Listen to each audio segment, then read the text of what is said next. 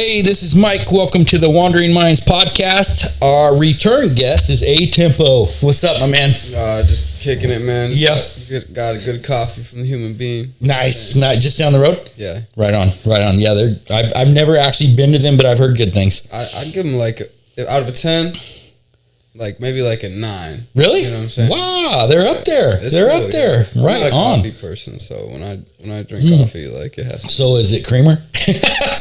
My wife is a creamer person. I'm not even sure. My chick, she texted me something. Yeah. Oh, gotcha. All right, that's because she got flavor. And then I tried hers. Yeah. I was like, yeah. Right, that's pretty cool. yeah. My wife is say if you get a cup, she's about this much creamer and this much coffee. So she's a creamer drinker. Right. What's new? Shit, man. I got the album. I'm trying to do an album. Okay. Yeah, whatever you want. Mm-hmm. It's tight. I got one single of it dropped already.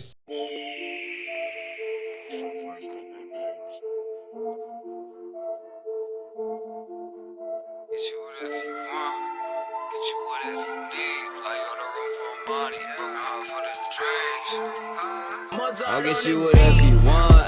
I'll get you whatever you need. Fly out the room for money. Broke it out for the dreams. I'll get you whatever you see. Baby girl, let's make peace. Got a bum body for me. Baby, don't talk. I'll get you whatever you want. I'll get you whatever you need. Cool. Keep that single out online. Okay. And I'm going to drop a whole album behind it, like 11 more pieces. 11 more pieces. Uh-huh. Nice. So was this the one that you were talking about the last time you were on here? Where you were talking about? I had the intentions. I'm not quite sure. Okay. If we discussed it last time. But yeah, I've had the intentions to do this for like about a month now. Okay. I think it's been longer than a month since you were here. Yeah. So I know that we had talked about, your work, your merch, stuff like that. Maybe if I remember correctly, we didn't really talk about an album. So this is an album, a full thing. The real deal. Okay. Yeah. I definitely, because I mean, I've done a whole bunch of like small single individual projects. Yeah. And that's cool. But I'm like really trying to expand as an artist, and yeah, the best way to do that is just have content. Absolutely. And with this album, it's gonna be like some like slow vibey stuff and like some more upbeat stuff too. You know what I'm saying? Something for everyone. Yeah, exactly. Nice. So what was your I mean, you just kind of said it, but what was the driving factor? What was the motivation to be able to actually put an album together? Because a month does not seem like a long time. But I don't know. That seems like a very short period of time. Were you just like in a zone or what? Well, so it was like there was like a few factors to decide like how this album was going to take place. You know what I'm saying? So like I was like, I need a cover, and I was like, I like these covers that I already dropped on my singles because I feel like my album artwork is just like always pretty fire. You know what I'm saying? Yeah. I have my homeboys design it. I'm like, I can't really, I reached out to 2 people. And I couldn't really find somebody to do art the way I wanted to, like a realism cover. Yeah. And I paid them, and I just didn't like the turnouts. Okay. So I was like, I'm just going to go back. I'm going to take that because I really like that single, and I'm going to turn it into an album. Nice. Yeah. Nice. So it just grew from there. Yeah, exactly. Huh. It was just like being able to like cut costs and cut time, and like, because honestly, like, as far as like realism album cover goes, like, I don't know, to match the vibes and match the beats, I'm like super picky. Yeah, well, no, I mean, I feel like you got to kind of be. It's like a cover to a book. It's got to have. Right. That in and of itself is telling a story. Right. So that makes sense. Yeah. So what's up with the merch? How's that coming along? So I'm just gonna do like as far as it goes to, like I want to do like paintings and like all that, just like anything that's, you know what I'm saying? Cool. So whatever's artistic and whatever you feel like doing, you're doing. Yeah, exactly. Cool. Exactly. So are you working on your clothing line more, or? I'm fine. I know because last time we did talk about some clothing. We talked about your stickers. Right. Yeah, I'm trying to get somebody to get like a manufacturing company to get like an in-house thing, so where I can Gotcha. get, like 100 to 200 pairs designed at one time, but still be like hand threaded and like, you know what I'm saying? Yeah, like embroidered. Oh, gotcha. Yeah. Yeah, that's pretty dope. Seems expensive. Yeah, no, it's definitely gonna be really expensive, man. Like, yeah. But it's go big, right? Yeah, might as well. For sure. So what else is new with you, man? How you been feeling? Pretty good. Yeah, pretty good. I mean, you have to feel good, I think, with getting the album. Yeah. Who did now? Liquid Smoke? Did he produce or he produced like so whatever you want? Mozart produced that, and then I got Liquid. He produced the song. I just did a song for the album too. It's like the second one, and it's gonna be Beijing. And then there's gonna be like 10 more pieces onto that. Okay. Cool. And he produced 2 of the beats so far. So nice. You got anybody else on there with you? Yeah, Mozart, and then I produced about like 3-4 of the beats, and then I'm gonna have my homeboy North Lloyd. Okay. Yeah, so quite a few different people kind of. Any features as far as other artists? I think I'm gonna do all singles. Yeah. Yeah. Like all solo. Like nothing wrong with that. I work with a lot of people, and I usually write out something. So there's been a couple times where I did a feature. Mm-hmm. You know, I was like, hey, I want my homeboy to do this. Yeah. And I had already had the verse written out. Yeah. Like how I would wanted it. And then they did it, and I was like, it's all right. You know? It's not matching. And then it's like, at that point, you don't want to drop that anymore. Yeah. You feel like asshole, you know? Yeah, right. Well, I mean, it is what it is. It's true, though. Right. I mean, that's the business. Right. But I don't know. It's fucked up. You feel me? So, like, I just try to keep it easy. Yeah. Make it simple. Bit, you know? Yeah. And maybe at some other point, that would be like, okay, that might vibe, but there was not right now. There was one time I had an artist do it. I didn't like what he was doing on the song. Yeah. He redid it, and I still didn't like what he did. So I just stopped with all that. Man, that's a lot of gray area. That, and it's true because it's like I mean, even if you vibe with a person, doesn't necessarily mean your music is gonna vibe. Right. So especially from an artistic perspective, because I mean, it seems to me like, and again, I'm not like on an artistic level at all like you guys, but it's almost just in your DNA, right? So it's like you have to feel this, and that's what makes it authentic. Right. I think you're like your neurons, like whatever you do, it's like your brain just functions that way for the rest of it, and it builds off that, off those characteristics and traits that you take in. Yeah. So it's like people really build themselves to be who they want to be. You know absolutely. But it is a lot of discipline and shit too. Yeah, for sure. That's I mean, discipline is almost with anything. Like take fitness for instance. It's like I just had my buddy Trevor was just on just about 2 hours ago, and he's really into powerlifting, and he also trains. So the one thing that people have to really get is that discipline.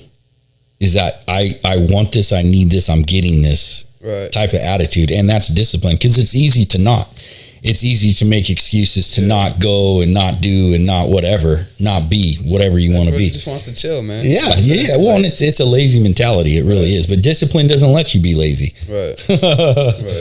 So. Yeah, it's a tough balance, honestly. Yeah. Especially at your age, right? You're 24. Do you say 24? 23. I'm about to be 24 here in December. Oh, nice. What do you got planned?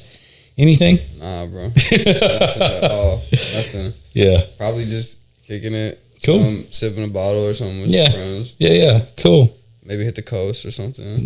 Coast is nice. December coast, Oregon coast. Yeah. None of that casino stuff. Yeah. I'm not a casino person either. I don't, and I'm not trying to be disrespectful, but I don't understand throwing money into a machine. Right. There's very low probability you're going to get a lot back. Roulette is the only thing I like. Really? Yeah, like, because it's like 1 in 64 is your odds or something. Yeah. But that's fucking tough. Like, yeah. I understand. Right? 1 in 64 really bad. Like, the odds ain't there.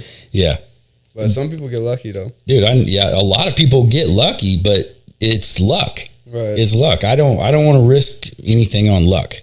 I like stuff to be, okay, this is pretty good. Right, unless you're gonna go all in and you're gonna put a chip on every single piece. Yeah, right. It's not gonna happen. Yeah, not gonna happen. I saw this one dude. He was doing decent, but then like even him, he started doing decent a couple times, and he said they played until he was like broke. Yeah, I was just watching the table. I was like, oh yeah.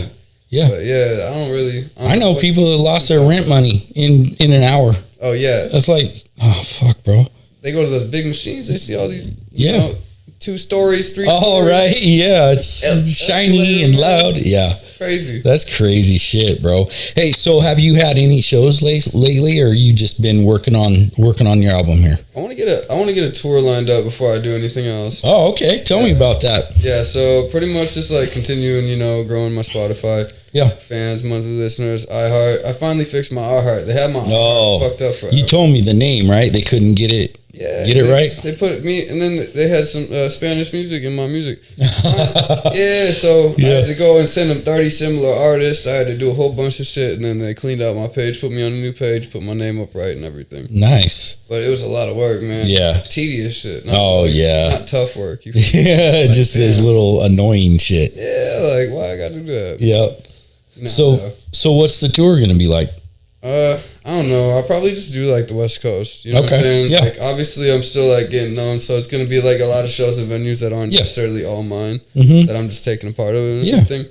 So probably just hit like Eugene, go up to like Portland, maybe like go back towns like towards like LA and like a little bit in Nevada or something like that. But I don't know. It's just stay over here. You feel me? Yeah. Stay close to home type of thing. Yeah. So, how many shows are you thinking about? Or are you? I'm probably just gonna do like 9 or 10. Okay. And I want to do that like after I drop my album. Yeah. And that's to promote also it. a lot of work though. You know what I'm saying? Like I gotta line up every show, like every single place. I gotta sell tickets for those places. Yeah. I gotta so that'd probably be like a year from now. So are you your own manager then right now? I got a manager. Okay, so you got somebody to at least do some of that stuff for you. He's doing a whole bunch of he's in the cannabis industry too, you know what I'm saying? Okay. He got all his things going on there, so he's busy himself. Yeah. So we just both making opportunities happen right now.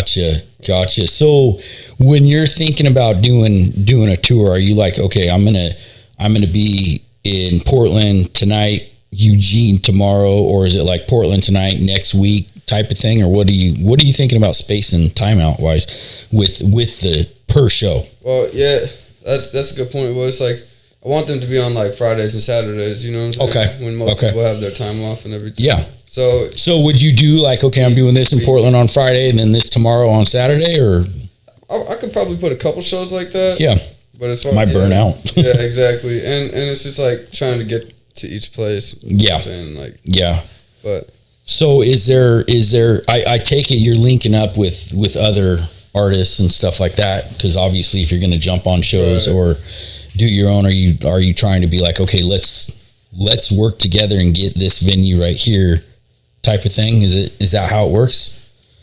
Well, like, you know what I mean? It kind of comes down to like seeing what shows are going to be going on for like the next 2 months. Okay.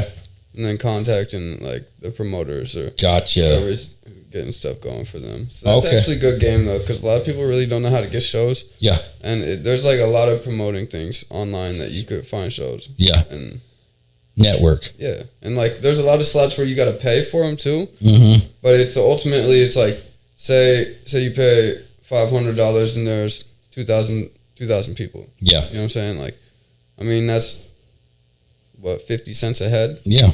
And you're getting like actual, like playtime. Like, people getting to know you like for real. Absolutely. So you pay for these shows obviously, but do you also get paid for doing these shows at this point, or? No, I'm not saying that I'm paying, but these are opportunities that are out there. I got you. Okay. Like, but yeah, I mean, there might be a couple, things where I do pay them. Yeah. If that's like as far as Rolling Loud or something like that, it's like a smaller artist. Like I pay to get into like Rolling Loud, where that's like,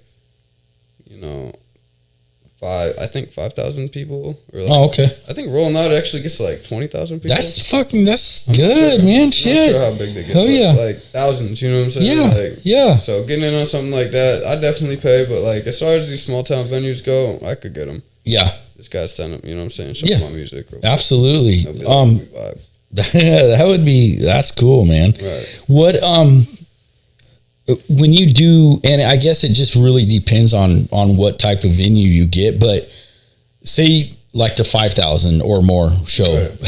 How long would your set be? Do you know? Usually like shit. I mean, if you're like headlining or something like that, usually like 30-minute sets. Okay. 15-minute sets for like the most part. I mean, shit, and a 15-minute set gets you pretty tired. Oh, I would imagine Like, so. yeah, being up there and just like, you know, making sure that you keeping a cool vibe the whole time. Yeah. You know what I'm saying? Making sure everybody happy. And a lot of people need to work on the shows too. You know, myself included. You know, I'm not the best by any means, but keeping that entertainment more high. Yeah, Like, you know, the energy, right? Well, you just get up there and then they're just like singing and rapping to the cameras and like having cool, you know, and it's cool and everything, but it's like trying to look cool rather than have something else go on. Even confetti, you know what I'm saying? Like, have something go on in the background. Interactive. Something, you know, not just, it's cool, you know, but you want to keep your show, you want to keep your audience alive, you know, so. Yeah. Well, and that, I think for me, it seems like that's almost the most difficult part. I mean, even if you can just sit and, like if you're an a cappella singer or whatever, you can sit and make really beautiful melody with your voice. You know what I mean? But that's only going to last so long, depending on the type of people you're performing in front of. So the energy, I can totally get that. You got to have that energy that brings the crowd into it. Because then you don't actually have to try so hard singing because everybody's just freaking out anyways, right? For real. So is that, for you, are you a physical entertainer? Like, are you running across stage and, you know? I've done like 4 concerts, right? Yeah. Already. One was a little bit different. It was out, like I said, with my Hippie Mafia. I said this last time. And those were all cool, you know. But now I'm looking for like artists and gigs like where I'm gonna get paid a little bit. Or, you know, where they're gonna have a decent amount of audience. So as far as it goes, before, you know, I've done shows, I was just kind of on stage, you know, working around. But then, like I said, what I also need to work on is like keeping more things going on the stage as well, besides just me up there, you know what I'm saying? So keeping it cooler. But yeah, same old for everybody. I mean, absolutely, it's just you know what I'm saying? So do you bring like dancers with you or anything like that, or is that your plan? Yeah, exactly. That's part of the move for sure. Like, and then keeping like screenplay. Like having some like video, you know what I'm saying? Images. That makes sense. I mean, that's just, I think that, because like we were talking with the reels, right? You got to keep them exciting. Right. And that's actually hard to do at times when you think about it. It's not really hard, but it's like, okay, you got to have so many different factors at play, because especially with people, it's like their brains are wired to do certain things and you want to keep them stimulated at all times. Right. So I could see how that would be difficult, but at the same time, if you get that niche, then it's like we're dialed in. Well, there's 60 million songs dropped every year. Wow. Over the world, I'm pretty sure. Yeah. That's a lot of music. 60 million. Man, that's a lot of entertainment. That's a lot of people. That's a lot of creativity. Everybody's going for that same position. Yeah. You know what I'm saying? Yeah, they're gunning for number one, right? It's tough as fuck. Like, that's what it's all about, though. Right. So, I mean, as long as everybody can get their position to whatever their means necessary, that's what matters. But ultimately, with music shit, you gotta go hard. Yeah. You know what I'm saying? Like, you gotta wake up. I mean, at least practice once a day. You know, you could live a life among other things, but you gotta stay busy. Oh yeah. You know what I'm saying? So that being said, practice. How do you practice for a show? How do you practice for a show? Like you? Do you actually get like go out and like? I just get a little PA. Get a little PA system going, and hear my lyrics back. Ultimately, when it comes down to it, you just gotta be smooth. You know what I'm saying? As long as you're smooth on the stage, that's all that matters. You just gotta move clean. Have some cool little dance moves, like you're saying, maybe some backup dancers or something. Like, just getting that going.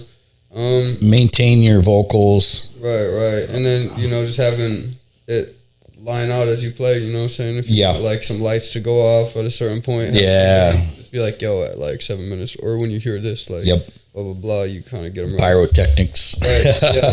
And that's a good part about like having a team going, for sure. Like, having like multiple people that like know your wishes and like because ultimately it comes down to like playing a part of their ultimate goal too. Yeah, where they're trying to go if they're on the team. For sure. Well, and at that point, it's like it's scripted to some degree because it's got to be lined out, played out. Right. And then once you get like multiple shows in, you guys are all dialed in at the same time, knowing the routine, knowing it. Right. Do you think it ever gets monotonous? Or would you play every show the same? You know what I mean? Or would it be something like, okay, well, Portland felt this way, Portland feels this way, let's do this, or is that too last minute? Do you understand what I'm saying? Yeah, like trying to like mimic each show the same. I would definitely try to keep it different. Yeah, you know, yeah. Like, because it depends on what's set. You know, it's like what other type of artists are playing. So if there's like some R&B artists or something, then I'd play some like more like chiller, vibey stuff. Yeah. Maybe come out with like a couple like, you know, headbangers or something like that. But like, yeah, it just depends on what the whole set list is looking like. So that's good, because that's adaptability. You want to be able to adapt to wherever you're at. Right, because the audience is probably going to be like wanting everything that's in there, you know, it's like a mash. So I mean, as far as it goes, like, because there could be some like super chill shit, and then you know you need that hip hop like super vibey stuff at the end because everybody just wants to leave. Yeah. Or sometimes people go, you know, it works out its own way every time. Sometimes you got some slow music and then you end with hard music. Sometimes you go start hard music, with slow music. So you'd switch it up. Switch it up. That's cool. I mean, that's really the way to do it. That makes sense. Because it wouldn't. Because I mean, think about it. Even if you had like a super fan that followed you in every show, it's like, okay, well, I saw this, and then they may not want to come to the next show type of thing. Yeah, that too. Well, that's about dropping the new work. Yeah. You know, and it's like ultimately too, exactly, you want to keep dropping new content as well. So you have new content. It's a keep up game. It is a keep up game. You got to stay relevant. Yeah. That's what seems like it would be almost the most difficult part, is staying ahead of the curve. Right. But if you create those like 2, 3, 4, 5 like hit songs, you know, those are going to be played forever. I mean, he's still performing Black and Yellow. Yeah. I mean, well, again, like we talked about, I think last time, certain artists with certain music is timeless. Right. It's literally going to be around forever. Right. Because it's got the right melody, the right music, the right, you know, everything. Right. Everything about it. So yeah, just creating those hits. Yeah. Ultimately. And I mean, the vibe creates itself for all these concerts too, because I mean, I feel like everybody just goes, but I want to be on some like, you know, like having my own thing, like Wonderland, where you walk in, it's like an amusement park. I got rides and all that, you know what I'm saying? And then you got the concert going on in the back too. Yeah. So I'm trying to get little things like going on like that. Cool. Where it's actually like long-term shit. Maybe like, you know, every couple years this place is in another spot, you know, but it's going to have like, you know, obviously due to like a lot of shows have been like overpacking and people have been getting injured and shit. Yeah. That's a venue problem though. Right. Right. Keeping it like at like, you know, a capacity, like a safe capacity. Yeah, absolutely. Because I mean, the reality is you don't want people coming to your shows and getting hurt. Right. So with like, say you're doing your album, you're finished your album. Do you ever sacrifice a filler song just to fill in space, or is everything that's on an album like this is for purpose? This is a hit. Do you know what I mean? Yeah. Because it seems like I've listened to albums. And I've listened to albums before, and it's like, what the fuck is this song even doing on this album? It just makes no sense, or I didn't like it, or whatever. Somebody else may have loved it, but you know what I mean? Is there ever within your art, within you personally, there's sacrificial songs just to fill in space? No, not really. I feel like everything that is towards that direction. Like for whatever you want album, like that's gonna be, you know, upbeat, vibey, and like low, you know what I'm saying? Like 95 BPMs and like 70 BPMs. Oh, okay. Like to 200 BPMs. Yeah. Stuff, some like fast. Nice. Yeah. So just keeping like a different pace, but that's why it goes with the album name though, you know what I'm saying? Whatever you want. Like, yeah, because it's something for everyone. Exactly. Which is good. Right. Which is good. So, that's another way of staying relevant. Right. Yeah, and kind of avoiding that idea, like, you know, it's just not this random ass song. Yeah. And like, well, it comes down to just getting the beats to have like, you know, not the same melody, but like similar tones in their melodies and stuff, where you could be like, all right, these kind of all match enough. Yeah. To be able to go together at this album. Okay. So that I guess that leads to that question. I was gonna say, when it comes to an album, because again, going back to like the book cover, it's like it tells a story in and of itself, right? And within the book is the content that has to also match. So that's what that is, right? I mean, your album is essentially, it's put together as an album because it all flows together as an album, right? Obviously, right. Yeah, it's all that. It's gonna be like that time period of my life. Yeah. Okay. You know, it's like on the cover, it has like me looking up. Got a little umbrella, on the hills and stuff, and I'm looking up and I see like little portraits. Nice. Okay. It's like all family members or like people in my past and like the history or like people before me. You know what I'm saying? Yeah. So cool. Yeah. I mean, that's pretty deep, actually. Right, but it's like it's not. It's still like right where I'm at. Like everything is explained by who I am. Because like everybody that was before me and like they put me in position through like history to make me who I am today. Absolutely. Like, it's weird, but like I needed everybody makes sense. before me to get to where I am. Yeah. As a person, not like talking about like like financial heritage or anything like that. Like just all. Well, whatever you've attached yourself to, as far as like anybody who inspired you, probably, right? And what they say, it takes a village to raise a kid. Yeah. And it's like everybody that's taught me my lessons throughout my life or whatever too. Yeah. As well. So. Well, and that makes complete sense, because the reality is, and I talked about this on a previous podcast, that we have a lot of influence on people regardless of what we think. I mean, even just a short interaction can really affect a person in a micro or macro scale level. Right. So like you can go out and meet somebody and just give them a kind word, and that could have altered whatever path they may have been on. Right. If they were in a dark place, you could have said something kind to them, which completely changed where they were potentially going. And I think that music plays that role a lot. And I think that that's why a lot of people aspire or look up to, especially artists like you. They feel music because you're feeling whatever you felt and put it into a song. So that's why people are able to attach themselves to that, because they're also feeling that and hopefully getting something positive back out of that. Right, similar experiences. Yeah. As a person. Yeah. For sure. And it could really, and I think that music is one of those things that helps people out of dark places more than anything. I think that, a lot of people look up to celebrities and athletes and artists. But singers, I think, have more impact on a person's soul than almost anything, because you're literally talking about potentially what they're going through potentially.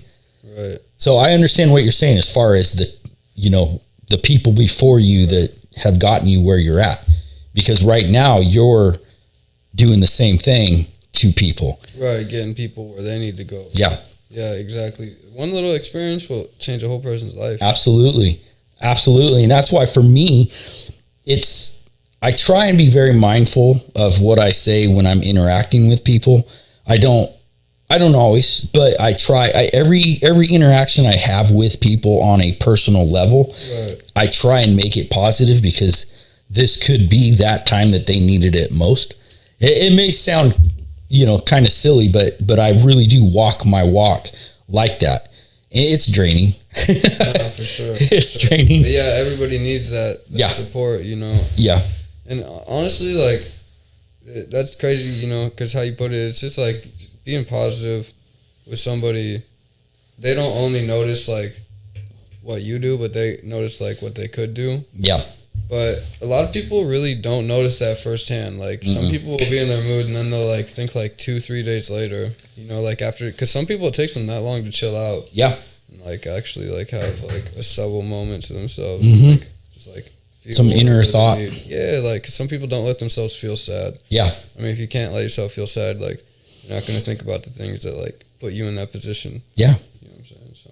Well, and I think that's a dangerous zone. My friend Trevor and I were just talking about that, where people do not often enough self-analyze. They don't, like you just said, they don't allow themselves to feel, but also understand why they feel what they feel. Especially men, we think that we're not supposed to be sad. We're fucking humans. We can be sad if we want to be sad. It's the problem with being sad is oftentimes we turn that shit into anger, and it's how we react that's the problem. It's not the emotion that's the problem. It's what we do with that emotion. And if we can sit, analyze it, figure it out, and understand why it made you feel that way, I think that's the problem with society right now, is too many people are feeling these emotions, but not understanding why they're feeling them and not knowing what to do with them. Right. Well, and it's all about our brain chemistry too. You know, it's like you have an amygdala and you have your cerebral cortex. You know, when you get mad, your cerebral cortex stops working. Your amygdala pumps blood to your arms and your legs. And we just start like acting fight, flight, freeze. Yeah, that's all it is. Yeah. So, and then we get into that. And it's like, we don't learn that in school. We don't learn. No. Like, we don't learn, you know, everybody's always asking, like, who am I? Yeah. What am I? Where did I come from? It's like, I mean, like, you know, you could be spiritual. Yeah. You know, but, like, listen to science, too. Yeah. Like, because that's 50%. Like, they're going to know and tell you, you know, about your worldly body. Yeah. You know, you can feel whatever way you want about your spiritual body, but you definitely got to know yourself, like, you know, your anatomy. Oh, absolutely. If you don't. Yeah. Well, and that's super important. I think you made a really good point that the emotional side of our brain kicks in when our logical side kicks out. You know what I mean? So that's why people run on fear and anger and sadness, because they're unable to, like when you put drugs and alcohol into play, it literally disconnects the logical aspect of your brain. That's why you got people that get hyper emotional. You know, they're super sad or super friendly or super this or super that, because their logical part of their brain is offline, and their emotion. And that's the problem with people, is they tend to allow emotion to define who they are and not allow logic to control the situation. That's a hard part. Right. That's a really hard part. That's where understanding yourself comes in. Self-analysis. And I like to personally meditate. You know, I sit in thought. And it's an active meditation. A lot of people think they need to turn everything off and close their, empty their brain. I don't. I actively think about why, what type of thing. Right. You know, I want to analyze emotions and feelings and this and that. Right. Sadness. Right, yeah. Sometimes that could be tiring, just depending on, like, not like if you're, like, obviously outside, let's step outside, like, the feelings aspect of it. Like, if you're analyzing anything that you do or anything, like, just trying to find that perfection in it, in a sense, because ultimately I feel like with feelings, we're trying to find that, like, perfect feeling, like, like where it's we're like chasing that. Yeah, and it's just like this, like, this line we're just trying to find, and we're just trying to follow this line. Yeah. But it just keeps going, and it's like, as long as you just don't let yourself go, like, up and down, like, throughout this line that you're trying to follow. Because life, I mean, I think about it. I was thinking about it earlier. I was looking at my cats, and I was like, "Oh damn! Like, I'm gonna have to take care of these guys until they pass away." You know what I'm saying? Right. And I was like, "Okay, so I got to make sure that wherever I move next, if I buy a house or if I rent a house next, I got to make sure that it's a cat friendly location. Yep. Got to make sure that, like, I can let my cats outside. They ain't gonna get hit by cars. Yeah. So I'm, like, not thinking for myself anymore. Yeah. See, it's funny that you say that, because, again, the conversation that I had on a previous podcast, we were talking about people being so self-absorbed that they forget that when you start to care for others and people and animals and stuff like that, you forget about yourself, because you actually want to help and want to care, and that actually brings joy. Right. And that's what a lot of people, because people are very self-absorbed these days, and they're too much into themselves, rather than finding true joy in being there for somebody else or something else. Right, but people gotta weigh the risks, Yeah. Oh, you got it. Yeah. Like, there's always that. Nobody analyzes that. Like, when they get pets, they're not like, this pet is gonna live for this long. Yeah. They're just like, let's get this pet. They're not thinking how much the monthly costs are gonna be. Like, you gotta know, like, cats are cheap, but it's like, for a lot of dog owners, like, God, you got to take that thing out like 3 times a day. Seriously. You know? Yeah. So you got to have a lifestyle where you can be home at least 3 points a day. And I mean, yeah. Well, and dogs are pack animals. Right. So they're not. Cats can be alone. Dogs want communion. Right. They want a pack. Really? And I think that's a very selfish thing for a lot of people, because they do only have one animal, and then they leave that one animal alone all day. And it's like, these fucking dogs are literally pack animals. You look into nature, they travel in packs. Right, and they're not supposed to be inside. No, they want to be outside. It's nature. So if you live in a small apartment, I recommend not getting a dog. Absolutely. It's like a really tiny dog. Yeah, right. Little chihuahua fuckers. For real. Right. Fuck. But still, but you're right. You're right. I mean, animals, and then don't even consider fucking kids. Woo, shit. That's where the bills really kick in. Yeah, definitely steering clear of that. Right? Yeah, man.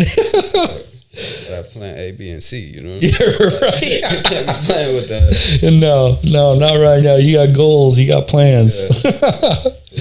I mean, you know, anybody that can do that successfully, shout out them, because there's a lot of hard work in that. Oh, absolutely. You know what I'm saying? Yeah. It's tough for sure. Yeah. Like, you got a lot to balance right there. Right.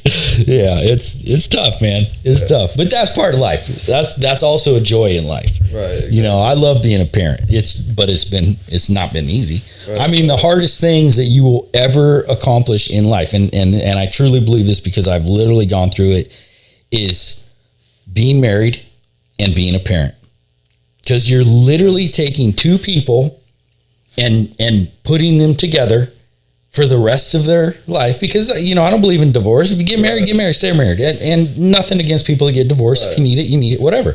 But the point in getting married is because you're supposed to want to be with this person for the rest of your life. Exactly. That's fucking hard. Go into it knowing it's hard. That's the thing. And it takes work. It's easy to get a divorce. It's hard to stay together. That's not to say that my wife and I don't have a great relationship. Right. I'm just being real with you. We've been married for almost 25 years now. Hardest fucking thing in the world is to take another person with their own personality, me with my personality, and saying, okay, work forever now. And then add kids to that shit. Because the kids have their own little things. Because the kids are their own fucking people. So it's like, then you got to be a parent. Those are the two hardest things you'll ever accomplish in life. Bless the people that do it. I'm one of them. Right. But those are the challenges in life that we do. We sign up for. For sure. You know what I mean? I mean, who doesn't want a family? Yeah. At the end of the day, you want to have a family. Well, because we're also pack animals. Right. You know what I mean? We want to be. Trevor and I were talking earlier on earlier podcasts that it's really good to take time to yourself, self-analyze, be alone, be comfortable being alone. But it's also very crucial to understand that you're a human that needs to be with other humans. Right. You know, that's what we thrive for. That's what we desire most. You know, and that's what sucks about society right now, is because there's so many wedges being forced in between everybody on all angles that everybody's starting to get angry with one another. Everybody hates everybody for one reason or another. And it's like, we're not really designed for that. You know, we may be a warring country, but we're still humans that should really want to be in communion with one another. Right. You know, because that comes back to that like primal instinct mode we were talking about. Yeah. Like that fight or flight. Yeah. You know, so it's just people not understanding that, like, you know, because your brain just kicks out, and like, some people are just born like hotheads. I'm one of them. I mean, I'm an Aries, so I'm an Aries to the fucking T. Yeah. But I've learned the hard way and I'm still learning, obviously, but you got to learn to control your emotions and not let your emotions control you. Right. And that's also going back to your trajectory on success. Your success in life really can depend on your level of awareness and self-awareness. If you're a hothead, nobody's going to fucking want to work with you, right? Right, yeah, long-term things. Well, and that's like you said, you know, it's like, you know, whether it be like, well, I said about cats, they're going to live for a long time. Yeah. You just don't know. And that goes with everything. It's like, how long do you want that to live? Yeah. And how long do you want to nurture something like that? And how long is that going to work for you? Right. So, and it all comes down to, like, you know, everybody wants to be a provider. Mm-hmm. Like, we all want to be just, like, be able to give to some people, you know. Yeah. So it's all pretty important things. Yeah. For sure. Absolutely. Anything else pressing? No, I'm trying to just get a couple music videos going. Cool. Yeah. Cool. Tell me about that. Which is there certain songs you're working on or to do the videos? Okay. Yeah, that was played on that last podcast. Yeah. That one. Dope. And then Fifth Element, I got a cool track right there. Okay. And then there's another track called Mud. Yeah, nice. Those three I'd like to get music videos for. It's probably going to be like, honestly, like $5,000 to get all three music videos done. I know it adds up. Jesus. But I'm probably I'm going to do like them in sections, you know what I'm saying? Yeah. Who's producing them? Who's doing them for you? I'm probably going to call out my homeboy Cyberdrips. Okay. You know what I'm saying? He did that Wonderland video. Yeah. He did really cool in that. I like the effects. I really want it to be like super professional and Yeah. stuff. I mean, you can come at it with a little bit less than that, but yeah, if you really love your song and your craft, like, you're going to want the best for it. Well, and I mean, if you want that shit to go trending, you know, you want that shit to work, it's got to be It's got to be top. Because they got like Lyrical Lemonade, and they got like all these like super hard videographers that are like out here doing some real big time shit. You know what I'm saying? Yeah. So you want to match their quality. Yeah. Well, yeah. At least. Yeah. That's cool. So when are you, is there a timeline on that? Or is that just right now? That's like okay, that's what I want to do. I'd like to drop at least one video by like the time I drop my album. Okay. Like when I drop my album, maybe drop one video with my album. Yeah. That's a good idea. Yeah. And then some, like, I'll be dropping some merch and stuff by then. So, okay. yeah, well, some clothing anyways. Cool. Well, you definitely got to let us know, and we'll post everything that you have coming up. Yeah, it's going to be fire, man. Yeah. I'm ecstatic, but it's like... stress. Yeah, I got a lot of shit to do. You got a lot of work to do. That's just the way it is, man. Yeah, that's the life you chose. It's not like you're going to Denny's and working, 9 to 5. You're an artist. This is part of the artistry. Right. Well, and it's like, this is just step one too. It's like getting the funds together, and then it's like you got to advertise it and all that stuff again. So promote. That's the biggest part. I feel like some people put, they'll drop these albums, some big times. Mm-hmm. They'll put $1 million in advertising, like to promote, for like the next 2 years. They'll have that like set aside like $250K for this quarter, $250K for that quarter. You know what I'm saying? Yeah. Then they'll wait a couple months. When everybody stops dropping or something for a little bit, and then when everybody starts dropping again to make sure that they're the most relevant artist, then that's when their budget starts working again. Gotcha. So there's timing that comes in to everything. You want to drop right as everybody else is dropping. Yeah. I mean, and if you're not a big artist, like, you want to drop when nobody else is dropping. Yeah. So then people are like talking about you.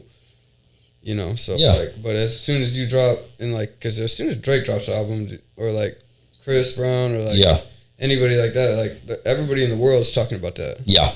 For at least like a good month. Oh yeah. Still listening to it. Yeah. Through the rest of their lives. So that makes sense, because it's weird though. It's weird because you can set the tone if you really wanted to.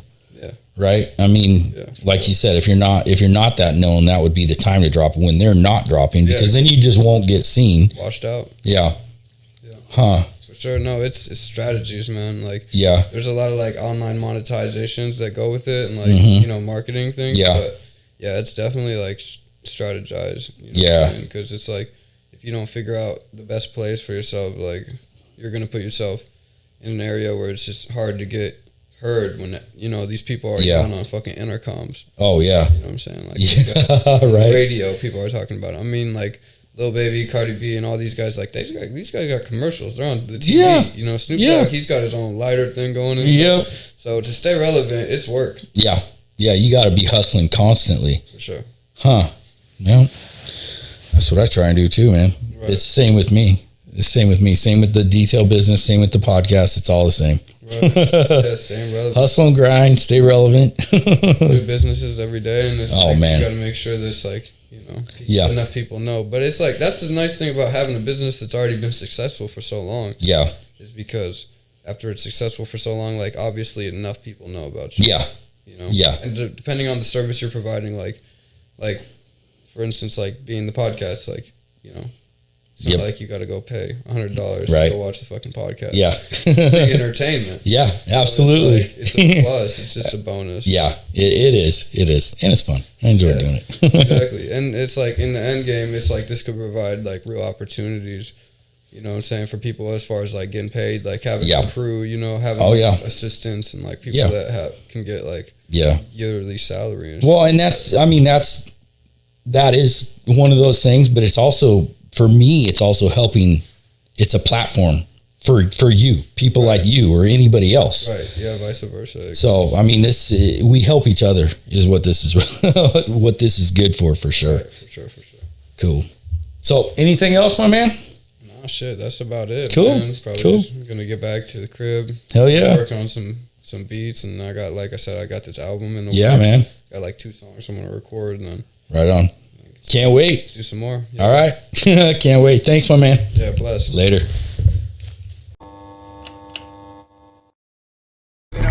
We'll travel the past, we're hitting the beach. I'll buy you a money, we'll visit Belize. Check your tone when you speaking to me, unless you be speaking with peace. Baby, we chasing our dream, a sight like the eagle overseas. Vision, we bringing the heat. I'm out in Miami, and baby, I'm bringing the keys, yeah. I'll get you whatever you wanna need. I'll get you wherever you need to go. We'll fly you to Belize for your sneakers, ho. We'll be in the Ville, my village, ho. The yellow bone body and the visas. Yeah, we heading out straight to Costa Rica. 808 be blowing the speakers. Shawty be known, she fuck with a key.